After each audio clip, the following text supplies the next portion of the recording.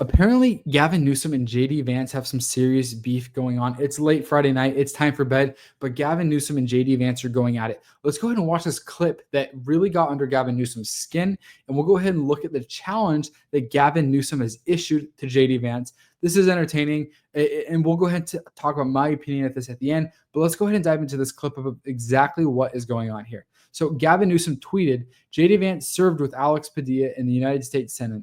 Calling him Jose Padilla is not an accident. Okay, let's take a look at this. Suggesting that the Trump administration is cracking down on Democrats. Can you comment on that? Well, I was hoping Jose Padilla would be here to ask a question, but unfortunately, I guess he decided not to show up because there wasn't the theater. And that's all it is. You know, I think everybody realizes that's what this is. It's pure political theater.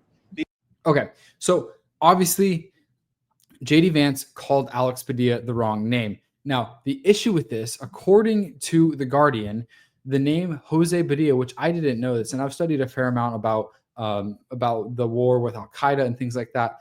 Apparently, there was an American citizen in 2002 that used a dirty bomb, and his name was Jose Padilla.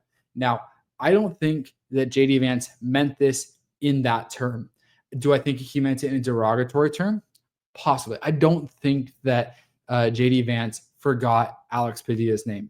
So I think that this was taken to an extreme that JD Vance is basically referring to Alex Padilla as a terrorist. Could it be derogatory? I don't know. It's kind of for the audience to decide. But let's go ahead and look at what Gavin Newsom had to say to JD Vance, because JD Vance was kind of calling out Gavin Newsom and Mayor Karen Bass for the recklessness and lawlessness that he is saying is going on in Los Angeles. But take a look at what Gavin Newsom says. Honestly, Gavin Newsom's kind of playing the smart. If he's trying to make a presidential run, he's trying to be Mr. Social Media. He saw how Trump won the 2024 election to become the president in 2025 by kind of dominating social media, going on all the big podcasts, trying to have as much social media presence as possible, starting a social media company, Truth Social. Obviously, that was before the presidential election. But Gavin Newsom is understanding that the currency of politics going forward is attention. It's eyeballs. And the best way to get eyeballs, social media. You can get hundreds of millions of eyeballs on social media, especially sharing viral clips and doing what he just did. So take a look at this. I'll go ahead and share my screen here. So Gavin Newsom says, hey, JD Vance, nice of you to finally make it out of California. Since you're so eager to talk about me, how about saying it to my face? Let's debate time and place. Now, this could be really entertaining for a few reasons. Gavin Newsom has a podcast. He could have JD Vance on the podcast. He's had right-leaning folks on the podcast before. He could invite JD Vance onto the podcast, and they could have a 2-hour discussion.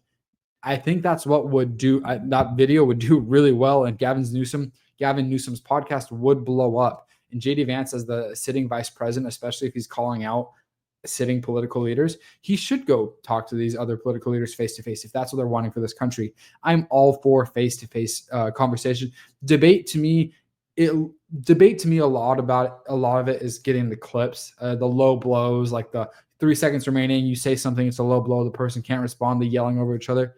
But hey, let's sit down for a 2-hour podcast, bring some facts, bring some data, and let's have a 2-hour podcast. Like, that would do really well on Gavin Newsom's channel.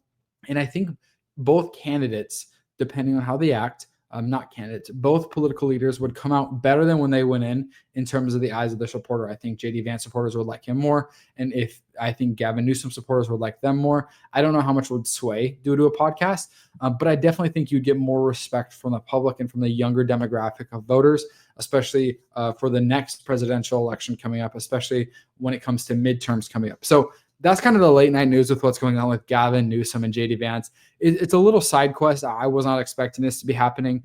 I don't know what JD Vance's intentions were with Senator Padilla, if he meant it to be derogatory, if he did mean it in a terrorist way. I don't know. Let me know what you guys think down in the comments. If you guys enjoy that perspective, consider subscribing.